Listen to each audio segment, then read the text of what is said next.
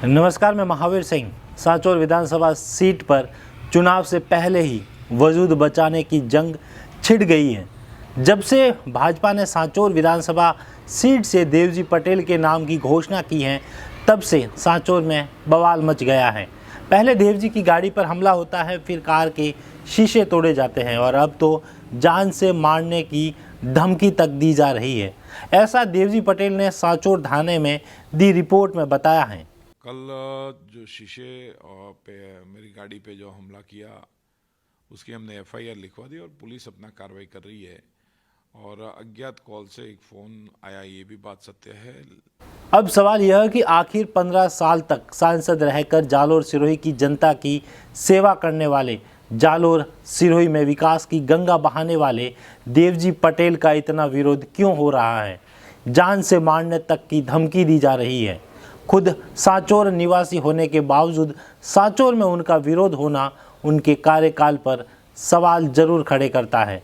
इधर इतना विरोध होने के बावजूद देवजी पटेल की महानता का अंदाज़ा इस बात से लगाया जा सकता है कि वे अब सांचौर के विधायक बनकर सांचौर विधानसभा के लोगों की सेवा करना चाहते हैं।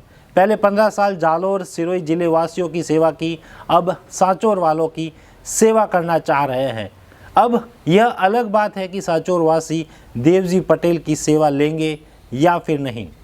मैं शीर्ष नेतृत्व को धन्यवाद दूंगा, आदरणीय प्रधानमंत्री नरेंद्र मोदी जी, आदरणीय जेपी नड्डा साहब, अमित शाह साहब को और प्रदेश के शीर्ष नेतृत्व को मैं धन्यवाद दूंगा, जिन्होंने मुझे यहाँ से उम्मीदवार बनाया और पार्टी की आकांक्षा और अपेक्षाओं पे और जनता की सेवा में निरंतर यहाँ पे रह के उनकी सेवा करूँ, ये मेरा सौभाग्य है।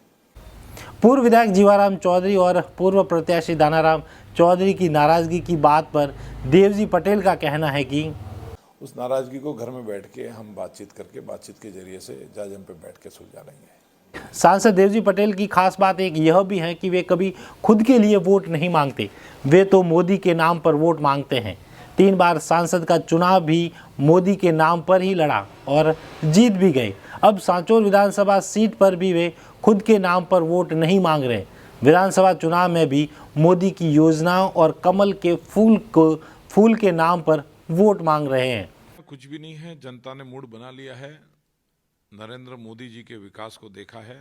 मोदी जी ने जो हर घर जल योजना, साथ ही प्रधानमंत्री फसल बीमा, प्रधानमंत्री आवास, प्रधानमंत्री किसान सम्मान निधि, ऐसी कई विकासशील जो योजनाएं हैं वो लोगों के बीच में दी है और जिसके माध्यम से लोगों की जीवन स्तर और जीवन शैली सुधरी है।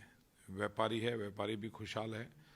उस विकास को देखते हुए लोगों में एक उत्साह है कि नहीं, अब की बार राजस्थान के अंदर भारतीय जनता पार्टी की सरकार लाएं और मोदी जी के डबल इंजन की सरकार बना के राजस्थान को विकास के आयाम पर पहुँचाए। और इसी के कारण अभी समर्थन भी बहुत मिल रहा है।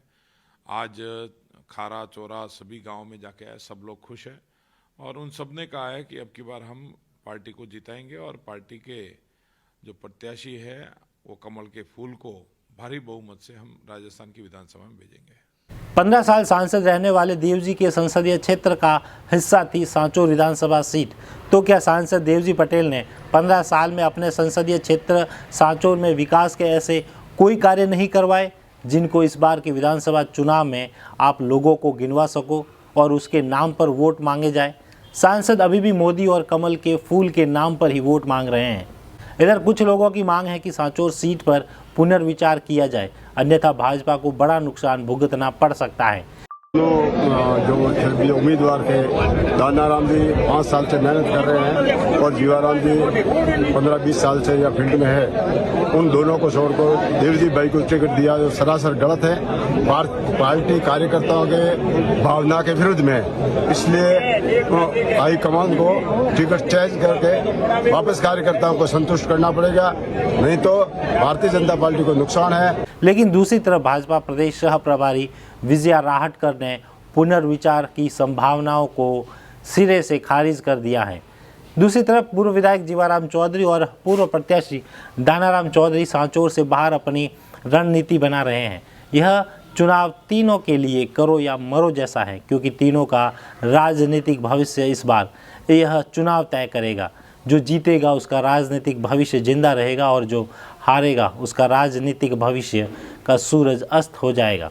देवजी पटेल को भी इस बात का डर है कि बिना जीवाराम चौधरी को साथ लिए वे सांचौर से विधानसभा चुनाव नहीं जीत सकते हैं, क्योंकि 2003 और 2008 में 2 बार सांचौर से विधायक रहे जीवाराम चौधरी के हजारों समर्थक उनके एक इशारे पर कुछ भी कर सकते हैं। 2008 में तो जब भाजपा ने टिकट काटा तो निर्दलीय चुनाव लड़कर जीत हासिल की थी।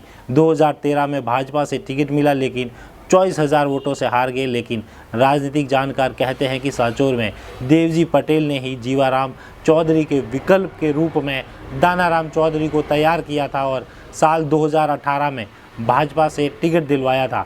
लेकिन जीवाराम चौधरी ने निर्दलीय चुनाव लड़ा और करीब 50,000 वोट हासिल किए और भाजपा प्रत्याशी दानाराम चौधरी को हार का सामना करना पड़ा था। दानाराम चौधरी को करीब 59,000 वोट मिले थे। इस बार भी जीवाराम चौधरी की प्रबल दावेदारी थी, लेकिन अब सांचौर से उनका टिकट काटकर सांसद देवजी पटेल को दे दिया गया है। तो अब सवाल यह कि क्या जीवाराम चौधरी अपने राजनीतिक वजूद को जिंदा रखने के लिए साल 2008 या फिर 2018 की तरह इस बार भी अपनी ताकत दिखाएंगे? इस खबर में इतना ही। अगले और खबर के लिए आप चैनल को सब्सक्राइब कर सकते हैं। शुक्रिया।